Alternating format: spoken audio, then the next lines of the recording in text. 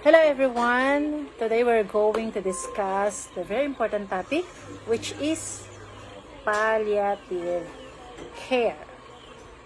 Okay? My name is Nurse Malin, and I'm here to help you understand what palliative care is at bakit napakahalaga nitong pag-usapan at malaman. Let's define palliative care. Palliative care is a specialized medical care given to patients with serious illnesses.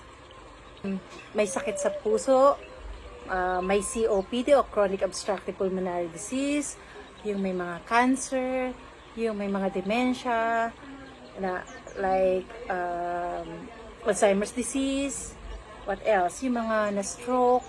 So, ito yung mga beneficiary ng palliative care. Ano naman ang focus at goal ng palliative care?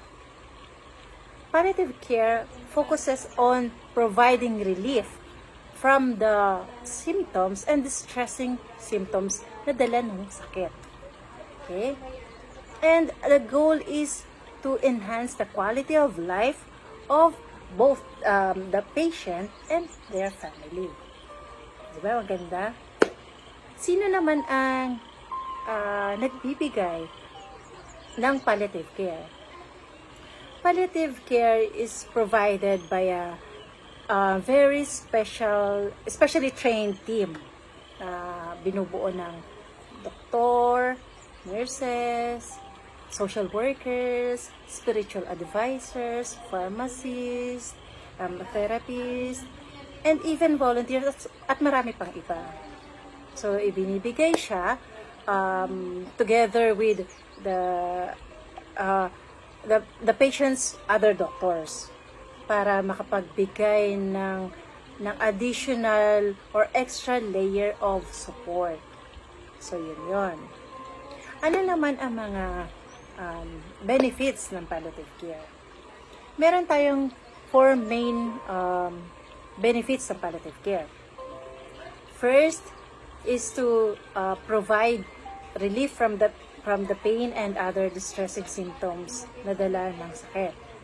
And second is to enhance the quality of life. And then the third one is provide support for the patient to live as actively as possible.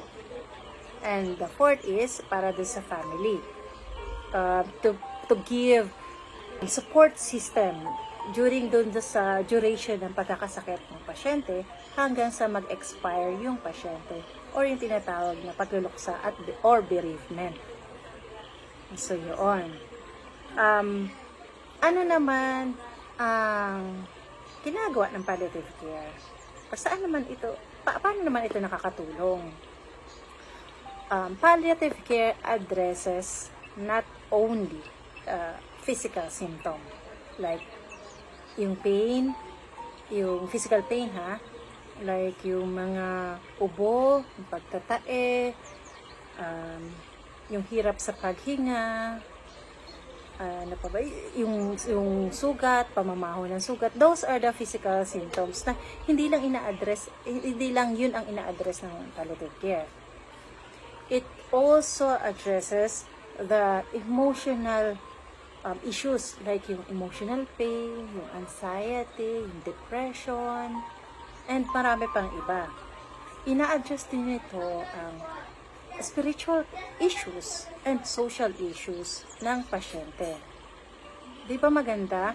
Kasi hindi lang yung pasyente na may sakit ang ina-address ito, kundi yung kabuuang pagkatao ng pasyente. Di ba? Ang ganda. Ano pa ang tanong? Kailan naman dapat simulan ang palliative care? Or when to start the palliative care? Mas mainam na simulan ang palliative care ng maaga hanggat maaari sa panahon ng malubhang sakit. Early palliative care has been shown to improve the quality of life and mood ng pasyente. And in some cases, even extend the survival. Diba? Maganda yan para sa pasyente. Magandang balita yun. Ano pa ba mga tanong? Kung may mga tanong kayo, maaari kayo mag-consult pa sa inyong mga doktor or sa mga families na naka-receive na ng palliative care. Itanong niyo sa kanila kung ano yung naging benefits at nararanasan nila during the palliative care. Kasi I can assure you, palliative care can make a significant difference in the lives of patients and their families. Kung sakali man na ito ay nakatulong sa inyo, maaari rin makatulong ito sa kanila. Thank you so much, and kung mayroon kayong katanungan, please comment down below and like and share this video. For more information, pwede nyo ako i-approach. Thank you so much, and mag-ingat po tayong lahat.